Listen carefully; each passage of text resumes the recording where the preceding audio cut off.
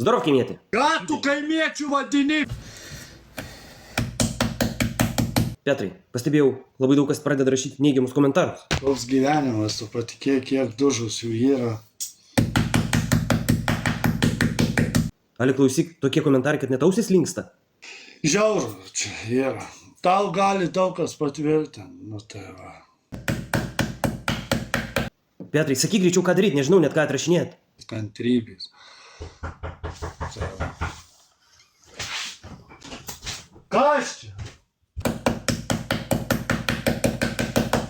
Laurinai, blėt, zaibala, baisi, tu daužyk tą kiaurį, duok paklausyt, kas atėjo. Štai prašau.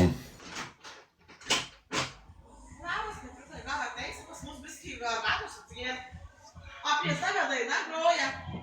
Ne, gal vėliau. Ateik, Petriukai, žiūrėk, klausyk. Vakarykštį dėsim. Ne, gal vėliau. Vėliau. Ei, Gerai, vėliau. gerai. Tik pasipalauk, dėsim. Gerai.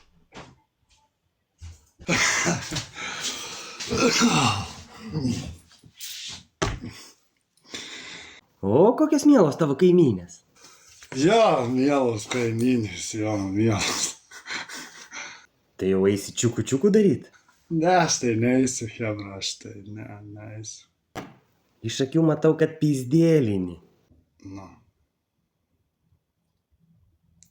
Mataugi, kad eisi, tik gumyčių pasimk. Neįsiu aš tai. Ale žiūriu, populiarus tu, turbūt vienas vyras laiptiniai. Jo, tai mane dažnai kviečia, žinai. Tai papasakok, labai įdomu.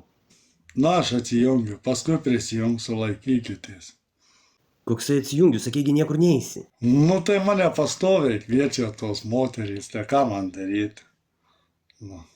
Palauk, Petrai, neatsijungi, negi dar nepasakei man, ką daryti su komentarais.